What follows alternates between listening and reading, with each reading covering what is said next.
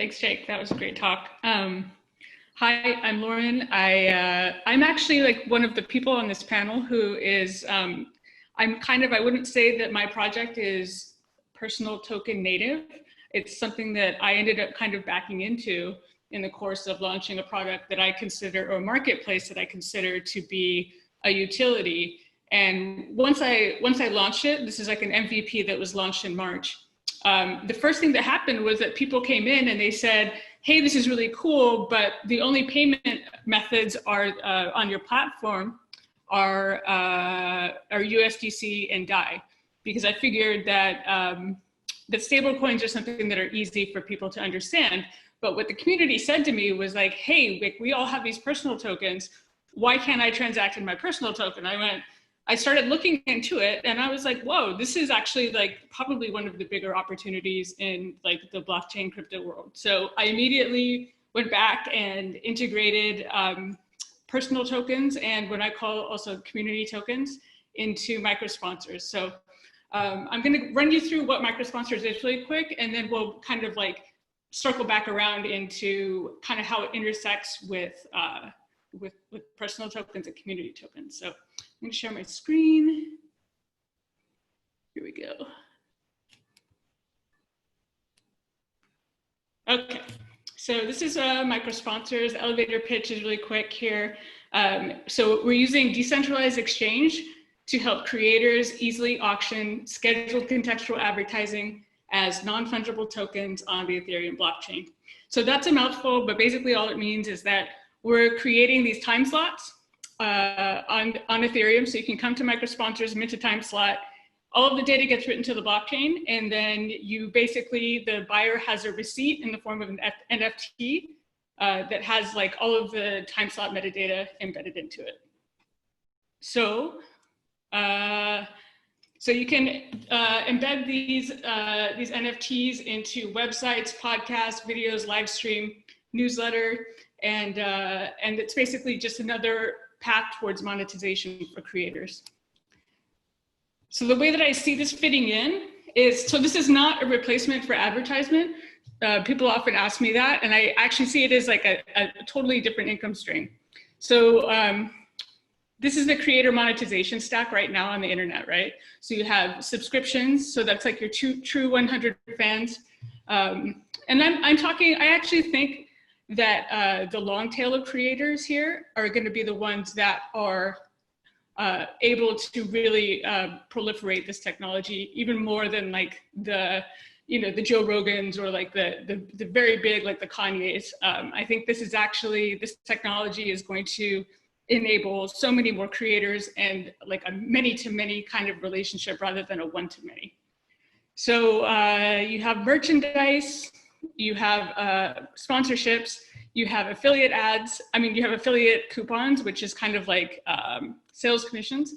And then you have ads, of course. So sponsorships is kind of in the middle. So it's not advertising. It's more kind of like, it's more something that spans across platforms rather than being trapped inside of a platform. And I see ad networks as being something that a revenue stream that is more trapped inside of one network at scale or one platform at scale. So that's like YouTube monetization or Facebook marketplaces.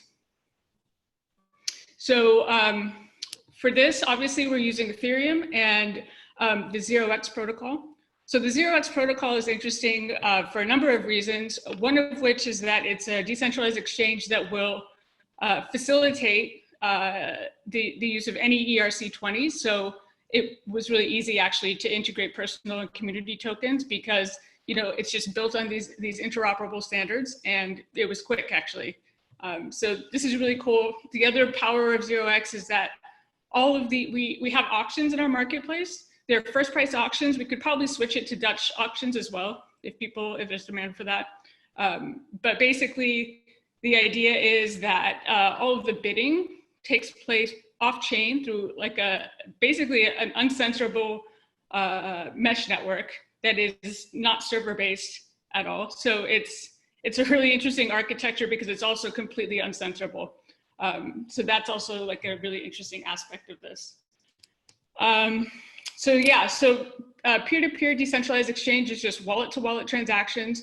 Micro-sponsors in this case is kind of more like a bulletin board or like a Craigslist with built-in payment rails rather than being a central operator that takes control of the payment and then releases the payment. We're actually matching people and allowing them to transact with one another, which is, that's an innovation in itself, I think, that is enabled uniquely by blockchain. So basically our NFT time slots can be exchanged for, like I said, stable coins. So the payment method on the platform is the default payment methods that are built in are DAI and USDC stable coins. So one of these ERC20s equals $1, one crypto dollar. But then we also supported these more niche personal and community tokens because the community demanded it. So this is where I got into kind of starting to understand and go down the rabbit hole of what these tokens are. So this is how I see it. So I make a distinction when I talk to people about this between personal tokens and community tokens. And this is kind of how I see these two categories or like species playing out with one another. So a personal token is a one-to-many relationship. And it's where the individual that's issuing the token is driving the value of the token. So that's like an income sharing agreement. I'm also calling this credit 2.0 because this is also really interesting aspect of it is that I see this kind of personal token being almost like a credit card, and you're issuing it, and instead of the counterparty being a bank or a lender that is like a financial institution, you're actually, your creditors are your community. And so that becomes really interesting because if you are in a community where your creditors, your lenders are in a position to help you and like lift you up as well and participate in your success, that actually to me has more value than debt derived from some faceless kind of entity that you don't have a personal connection with. So that becomes really interesting. And I think Mike was touching on that earlier too, is that there's this disincentive to let your community down. And I think that's something that's really unique here about personal tokens. So then there's this other category of like personal tokens that are many-to-many relationships. These facilitate many-to-many relationships. And these are community tokens. So this is like the Reddit bricks and moons of the world. And in this kind of community, in this kind of like token relationship, tokenomic, the community is driving the value. So the token itself is a means of exchange in a community that is centered around perhaps even like an individual issuer, but the actual value of the token is driven by the community members and the participation in the network. So this is like the big opportunity. This was my aha moment with all of this was this, what's on this slide right here.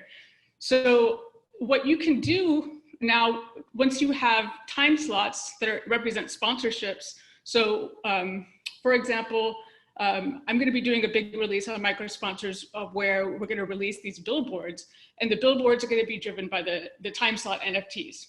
And so what this opens up, because we're dealing with community tokens and personal tokens, is that you can actually build up your cred in one community in a non-monetary sort of way. So you could build up cred in, let's say, by moderating like a Reddit community, and then you could trade it for reach into another community in the form of advertising time slots that span across these networks and platforms. So that becomes like a really interesting opportunity because then you have the ability to, you have portable cred basically. And so that is a really, really powerful value proposition here that I'm excited about. And so, kind of having that light bulb go on for me was what drew me further into learning more about personal tokens and understanding, okay, here's how this could possibly fit in to this infinite universe of possibilities going forward. So another big thing that's come up is people have become interested in secondary markets on microsponsors. And what's really interesting here is that in a DEX world where you're selling ERC20s, you might have market makers in the middle, right? So you might have in any kind of like decentralized marketplace, or even a centralized marketplace, you have market makers that sit on the platform and they go, okay, I will buy this set of tokens and sell it and add my markup, and that's my profit. So here, what this means in a secondary market for time slots, the market makers in this model are potentially their agencies. They could be any sort of like media buyer, or they could even be other like ad networks themselves. So these guys are going to come along and they're going to go, okay, I'm going to buy and I'm going to aggregate these time slot NFTs and then resell them to sponsors that they help match to the creators.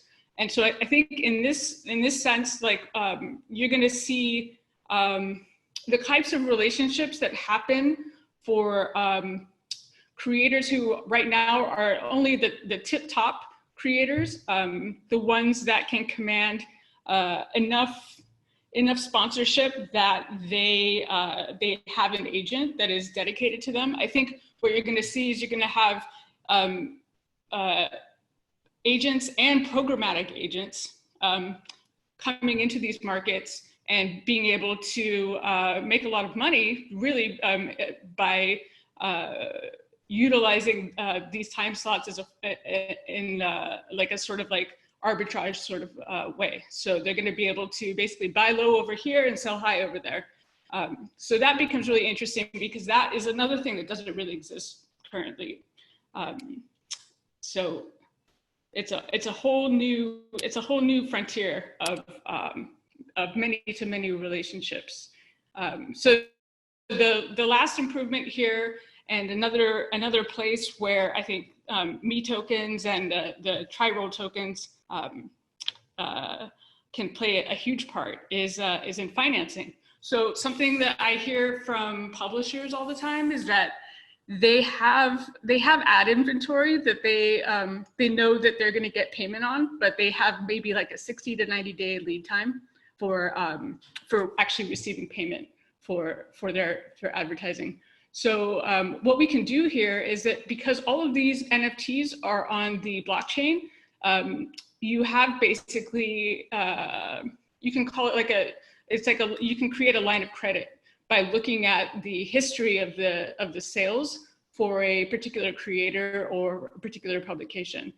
So where it gets really interesting is that you could actually create these on-chain lending pools that would not only shorten the turnaround time for loans and financing for the long tail of creators and publishers, but you could also make it so that if you're using a community token, your audience could pull together to finance you, and then they earn the yield, and it creates kind of a virtuous cycle between your audience and your work. So that is another really interesting opportunity, and we've already spoken to some projects that are kind of like really chomping at the bit to kind of get this going, because they're more centered around lending.